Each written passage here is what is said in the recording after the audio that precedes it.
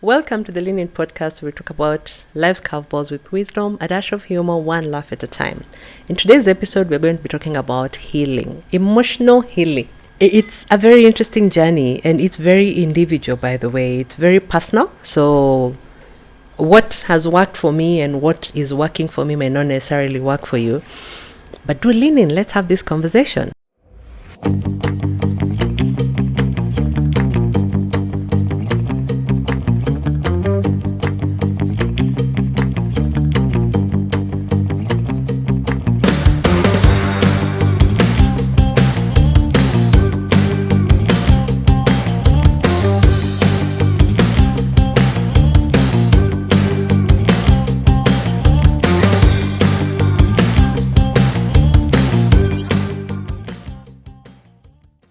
So what I found out, emotional healing is a mathokodhanio journey. It's like curvy. You expect it all time heals, and you apply all these tools and you expect there's a beginning and an end. But what you come to realize very, very, very fast is that it's a journey that's like this. As in, you cannot tell where the beginning is and where the end is. But the thing is, it's a journey nevertheless. What matters is that you're taking the journey towards healing. What could you be healing from? You could be healing from zillions of things. You could be healing from a betrayal. You could be healing from a broken relationship. You could be healing from a loss, whatever your loss is. You could be healing from the end of a relationship. And you wake up one day and you have a good day and it's all nice and sunshine, and another day you wake up and you actually don't want to get out of bed. So you go through the motions of healing, and it's very similar to any kind of loss. Whatever loss you're going through, you will go through the denial stage. When something happens to you, somebody betrays you, a relationship ends, a marriage ends, you get fired, whatever you need to heal from, or a business that you had invested your life savings, borrowed heavily to invest in, ends, and you have to sort of start healing. You have to work towards getting over that very bad thing. So you will go through the 5 stages of grief or loss that apply in every situation of loss, really. So your first stage is denial.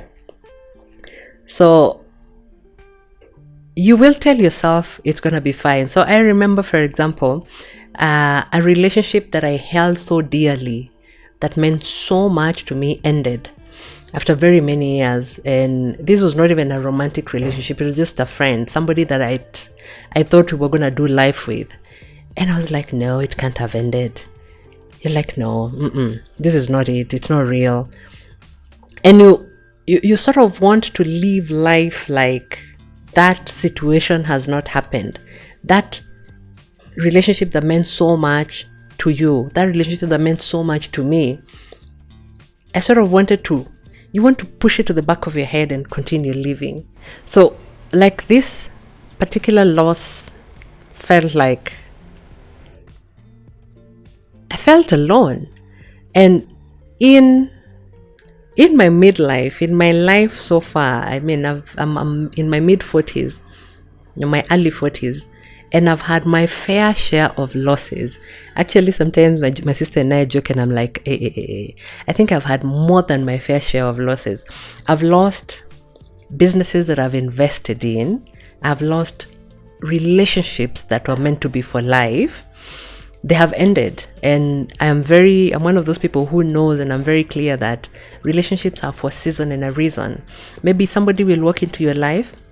Some are gonna stay forever, and some will stay for a season, and they might just help you get through a serious storm, and that's fine. You need to learn to let them go. So as I have dealt with the many losses, what some of those major losses have left me feeling, they have left me feeling a sense of emptiness, a sense of you feel a serious sense of loss. You feel it in your heart. And oftentimes I have felt like a shield, a safety shield has been taken away from me. So for example, when my marriage ended, when I lost these when these very beautiful friendships ended, and some of them, one of them just sort of disappeared, another one just ended out of a very minor thing. But I remember feeling the sense of loss, like you feel exposed, you feel vulnerable. And as I've grown older, I have learned how to talk about my losses and process them, because when you process the losses, it becomes easier. I've also learned whatever loss, big or small, whatever it is that you're dealing with, I have learned. And like when I was younger, I would quickly get up and dust off and move on like nothing has happened. As I've grown older, I've learned the value of just sitting in that little puddle of pain a little bit, sitting there long enough for me to assess, what did I learn from this? What happened? What could have been different? What am I taking away from this situation? What am I going to do differently the next time? And even as I'm sitting in that puddle, I have intentionally taught myself not to. At that point, it's very easy for you to look at how negative it is, how negative it was, how negative that relationship was, how toxic it was. But in every space, there are good times. In every space, even in a bad marriage, in a bad situation, a bad relationship, you'll find that it's woven, bad spaces, bad things, woven into some amazing experiences, some beautiful experiences.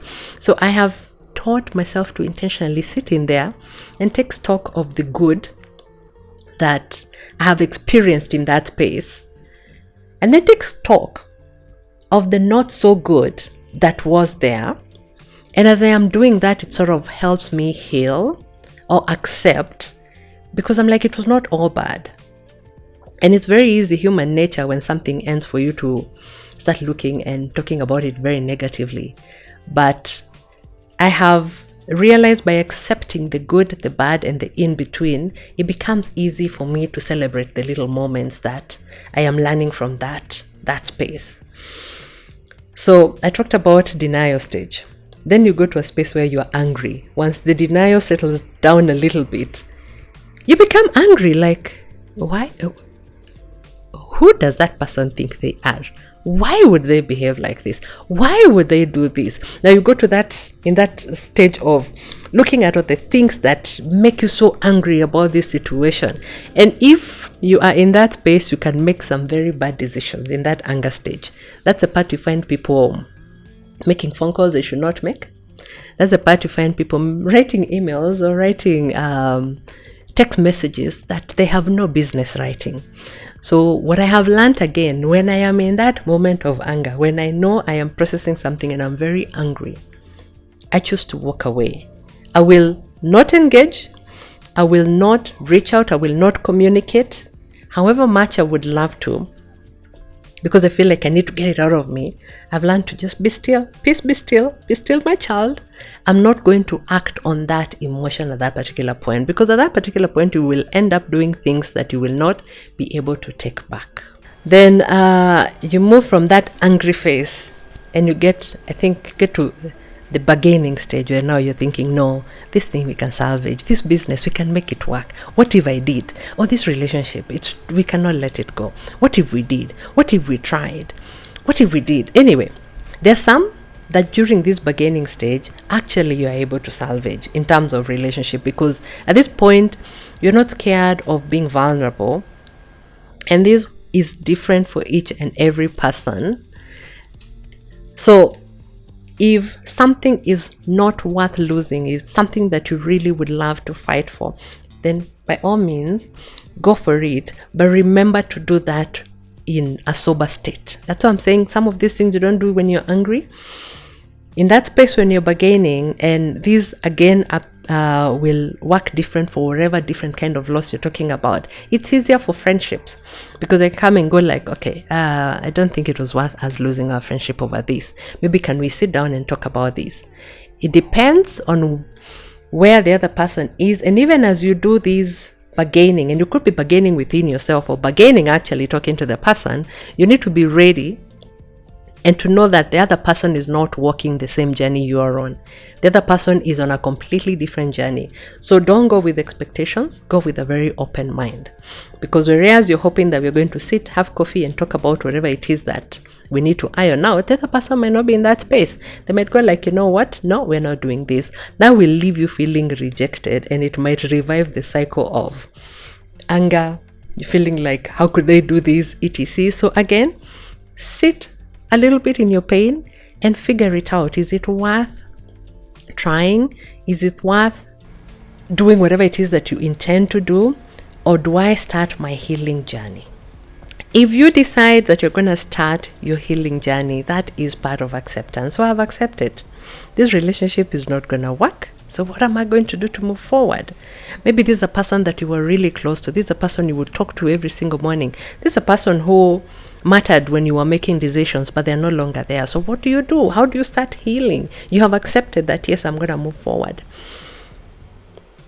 How do I do that? What I have seen working for me in such spaces, because I've said in my midlife, I have had my fair share of losses. So if I decide I'm moving forward, as I am sitting in that little puddle of pain, as I'm processing, I'm thinking of what will I do when I need to pick up this phone and call this person. What will I do? Because, for example, if it's a person you would talk to very often, this has happened, this is going through, this is how my day was, you will want to keep doing it because it's a habit that you had formed. So what works for me is changing the habits intentionally. So as part of accepting that this thing is over, I'm going to move forward. I intentionally put things in play, in motion. And what I have found out of losses, so they're all not so bad. Out of most of the losses that I have gotten, I've also been able to birth or find beautiful things in the process. So for example, at one point I experienced a very major loss, but then I found my health.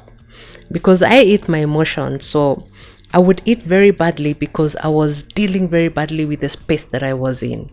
But once I accepted and I started healing and I started working very intentionally towards healing, I started reclaiming my health and I started doing things that were working for me and for my health. So that helped in distracting me from dwelling on what was happening or maybe reaching out, which would have been very ill-advised. It distracted me constructively because I was doing something intentional, something that was working for me, something that was making me feel good about myself, and something that was bringing me closer to the healing journey. That doesn't mean that it was easier. That doesn't mean that it's going to be easier. That once you decide it becomes easy. You still wake up in the morning one day and you're like, this is not working. I can't do this. Again, I keep saying the value of having a tribe. On your healing journey, you need to have people you can call. Like, I have my sister, I'll call her and I tell her, by the way, today I am feeling crappy. Today I even feel like waking up. And my sister is older than me, but we're like twins. She will tell me, you know what? I've actually been feeling very disturbed today. I was not even able to focus. But I have really prayed for you. The fact that I know she's praying for me, the fact that I know she's thinking about me, the fact that I know she has the best intention and interest over my life helps. And the fact that I know she's there and I can call her whatever time, or just drop her a text and tell her, by the way, today is a bad day. It helps because much as I'm very intentional and I know I'm moving from here to there and this is what I am doing, there are those days that life will throw a curveball your way and you just feel like today I can't adult, I can't move on. So having people around you, praying, the power of prayer really, really, really helps. So what I do is, and I found again, which is very weird, when I'm going through these spaces of loss, I found myself much closer to God than before. But I think it's because during that time, I know that only God can see me through that space. So I will wake up, I'll pray, I'll ask God to give me to just guide my day. And I found that when I do that intentionally and I really tell God, anyway, today I can't make it without you, that day somehow turns around. Having hobbies that you love doing. So I've recently taken up golfing. I have been trying to do it for the last 4 years, but for some reason, this year, I am really enjoying it. So as I'm going through whatever loss space I'm going through, I'll find a hobby that is going to help me channel my energy towards in a constructive manner.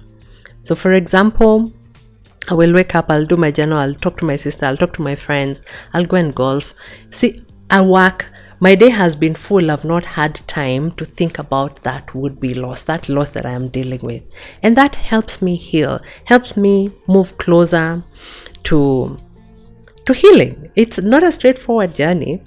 And I remember, as I've talked about loving golfing, for the love of golf.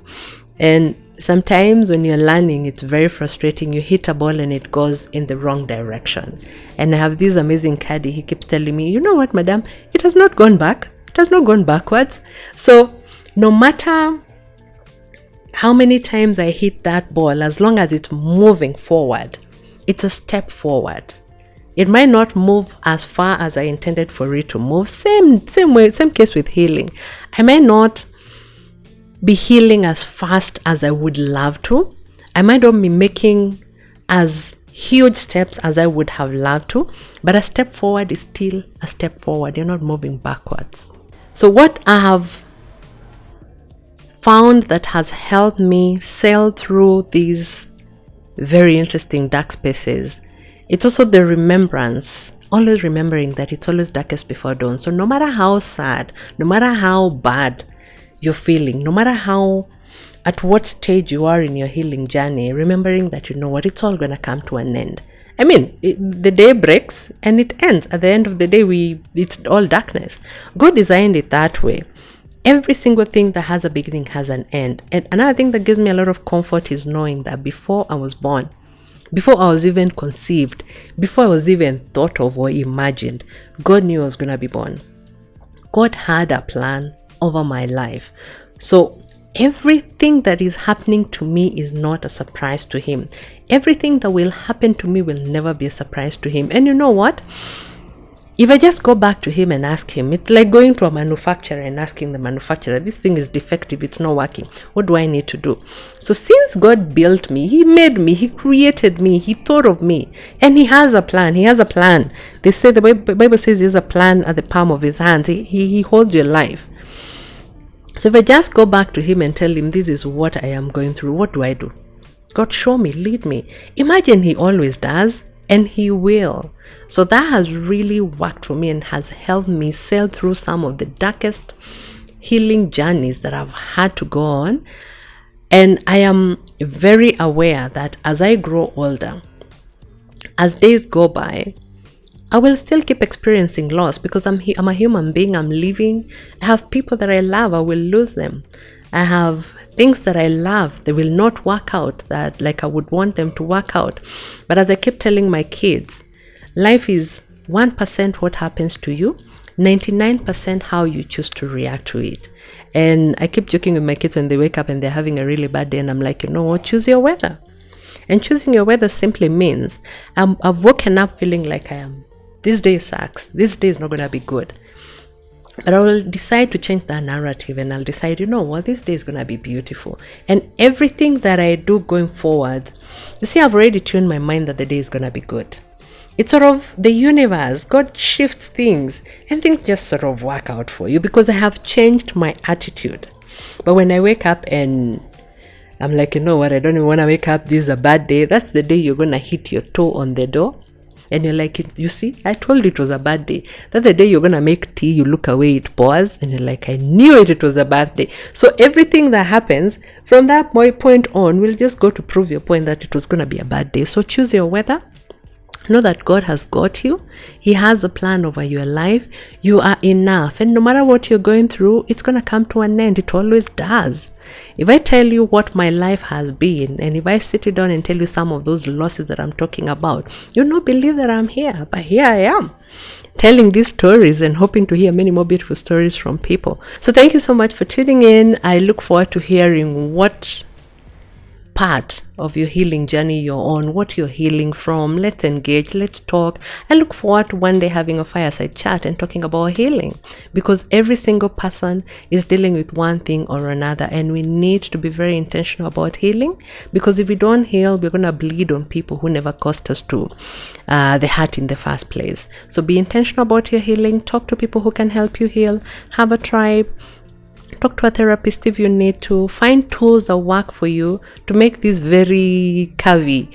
I'm going to adapt this word, mathogodhanio journey, because it's mathogodhanio, it's all over the place. Mathogodhanio just means it's all over the place. So find things that make this very all over the place journey easier for you. Make it work for you. Make it not as painful for you. Like, subscribe, follow me on my social media handles, and let's have this conversation. See you on the next episode.